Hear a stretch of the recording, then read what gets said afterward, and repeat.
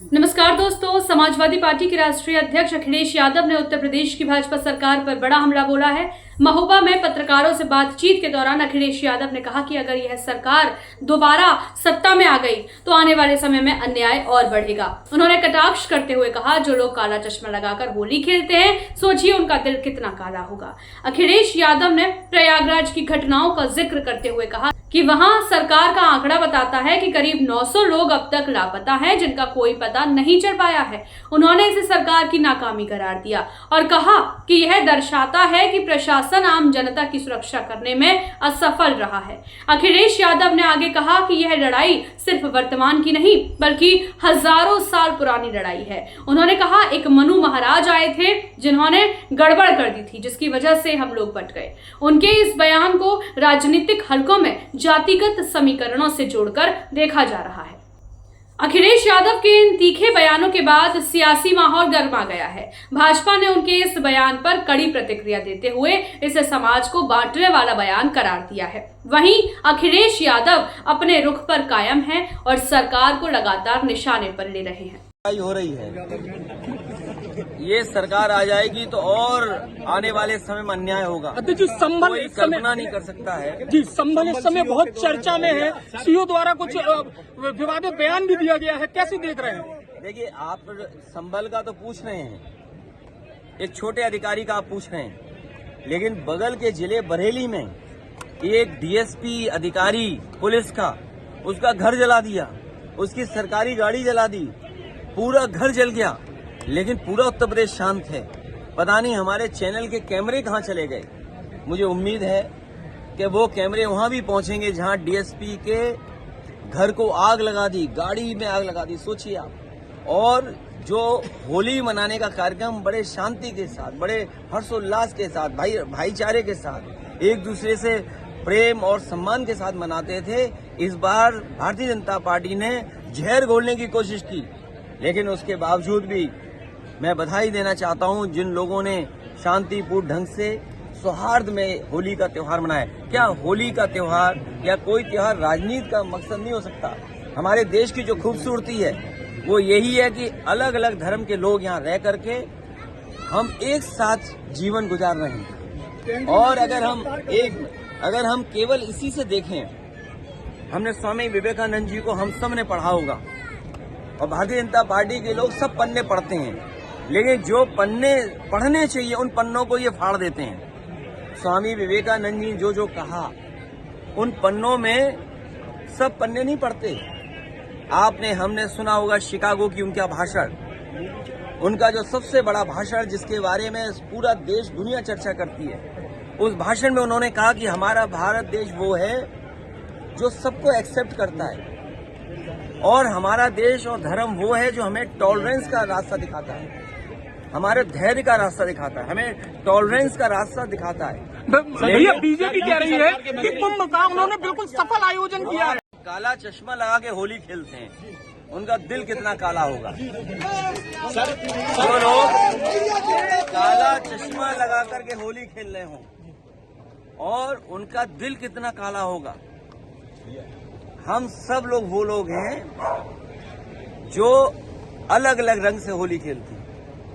बहुरंगी लोग हैं हम लोग बहुरंगी की कल्पना करते हैं कि सब गुलदस्ता तब अच्छा लगता है जब अलग अलग रंग के फूल हों। ये भारतीय जनता पार्टी के लोग एक रंगी लोग हैं। एक रंगी लोगों को कोई स्वीकार नहीं कर सकता है। इसलिए हम और आप यही समझते हैं कि जो दूसरों का दुख अपना दुख समझे वो योगी होता है। भैया, योगी जी कह रहे हैं जो हमने देखा, आंखें वही देखती हैं जो सामने है, आंखों को वही दिखाई देता जो सामने है। इसीलिए उन्हें वो दिखाई नहीं दिए जो परिवार के लोग आज भी भटक रहे हैं। मैं तो अपने पत्रकार साथियों से कहूंगा और खासकर यूट्यूब चैनल वालों से कहूंगा, हालांकि कुछ यहाँ तो ज्यादातर वो पत्रकार हैं जिनके ऊपर बीजेपी का इन्वेस्टमेंट नहीं है, ये बड़े बड़े उद्योगपतियों का इन्वेस्टमेंट नहीं है, इसलिए हमारी बात आपके माध्यम से वहां तक पहुंचेगी।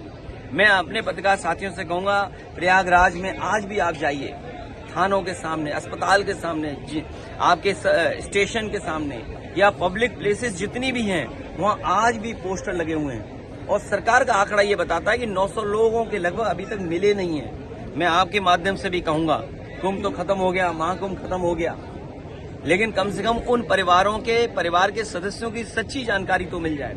और यही नहीं, हमारे मुख्यमंत्री जी भी कमाल के कहते हैं कि हमने 4 लाख नौजवानों को रोजगार दिया मोटरसाइकिल से, कि जो बैठा करके ले जा रहे थे। ये बताइए, मोटरसाइकिल पे कब कॉमर्शियल तरीका आपने अपना दिया कि आप मोटरसाइकिल से ही व्यापार कर लीजिए। और इसका मतलब ये है कि अब नौजवानों को 144 साल बाद रोजगार मिलेगा। अब तो मिलना नहीं है। कॉपी किताब नमक मिर्ची में कितना सही है? देखिए, बीजेपी बहुत सारे पन्ने उड़ा देती है। छत्रपति शिवाजी महाराज का तिलक कैसे हुआ, कोई बीजेपी वाला हमें बता दे। अगर कोई बीजेपी वाला मुझे ये बता दे, मैं इतने पत्रकार साथियों के साथ दावा करता हूं, जो हजारों साल पुरानी लड़ाई है, एक कोई मनु महाराज आए थे जिन्होंने गड़बड़ कर दिया, जिनकी वजह से हम और आप सब लोग पट गए हैं। कोई कुछ हो गया, कोई कुछ हो गया। तो हमारे छत्रपति शिवाजी महाराज जो हमारे पूजनीय हैं, हमारे परिवार के हैं, यहाँ जितने लोग खड़े हैं इन सब के परिवार के वो लोग हैं। शायद बीजेपी के परिवार के नहीं हो सकते छत्रपति शिवाजी महाराज। ये बात मैं बड़ी जिम्मेदारी के साथ कह रहा हूँ। हो सकता है बीजेपी के लोगों को ये बुरा लगे।